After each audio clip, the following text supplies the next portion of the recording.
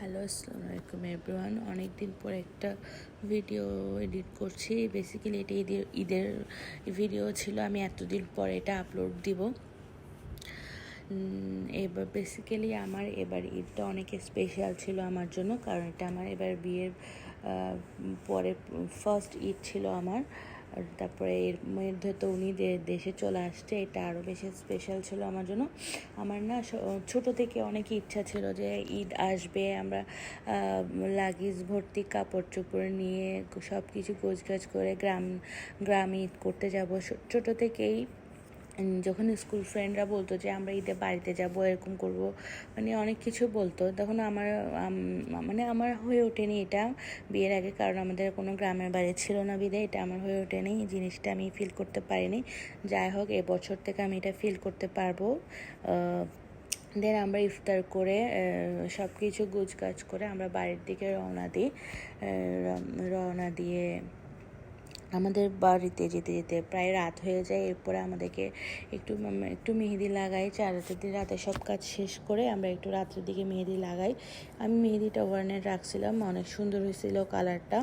দেন ছেলেরা সকালে উঠে ঈদের নামাজে চলে যাই। এরপর আমি একটা খুবই সিম্পল আউটফিট রাখছিলাম, কারণ খুবই গরম ছিল, এই কারণে আমি খুব সিম্পল আউটফিট পরার চেষ্টা করছি। এরপরে আমি একটা বিরিয়ানি রান্না করছি সবার জন্য। সবাই খুবই ভালো রিভিউ দিচ্ছে, সবাই বলছে খুব টেস্ট হয়েছে। জানি না কেমন লাগছে, আমার তেমন একটা ভালো লাগে নাই। লার্কির চলে আমি প্রথম বিরিয়ানি রান্না করছি।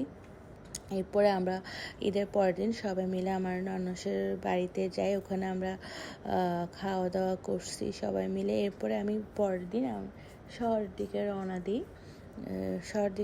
যেহেতু আমি আম্মুর বাসায় যাইনি, আমার আম্মুদের সাথে দেখা হয়নি, খুবই খারাপ লাগতেছিল। এবার আম্মুদেরকে একদিকে খারাপ লাগতেছিল, একদিকে অনেক ভালো লাগতেছিল আম্মুদেরকে ছাড়া। এবার আমার প্রথমই ছিল। যাই হোক, আমার তো দমটা বন্ধ হয়ে যাচ্ছিল যে কখন আমি আসবো এখানে আম্মুদের সাথে দেখা করতে। দেন সবাই আমাদের জন্য ওয়েট করছিল। দেন সবাই একটু সালাম করলো।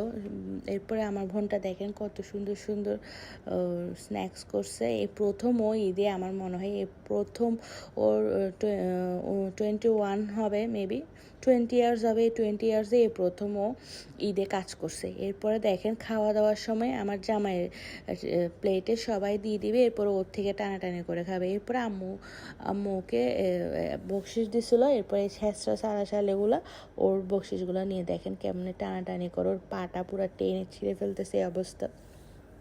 এরপর এর পরের দিন পয়লা বৈশাখ ছিল।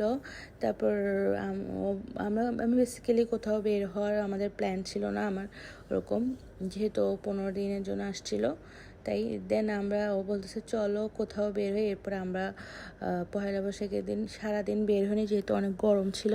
আমরা রাত্রে 12টার দিকে বের হয়েছি। এরপর আমি একটা সাদা শাড়ি পরছি, সাদা শাড়ি পরে একটু চুড়ি পরে বের হয়েছে। দেখি হঠাৎ করে উনি জামাল খানের দিকে গাড়িটা নিয়ে যাচ্ছে। আমি কী হলো এখানে কেন?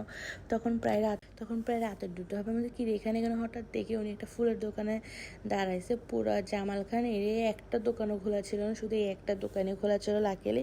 এরপর দেখি উনি একটা ফুল নিয়ে আমাকে দিছে। ও ছেলেটা এত ভালো হয়ে গেছে। Thank you.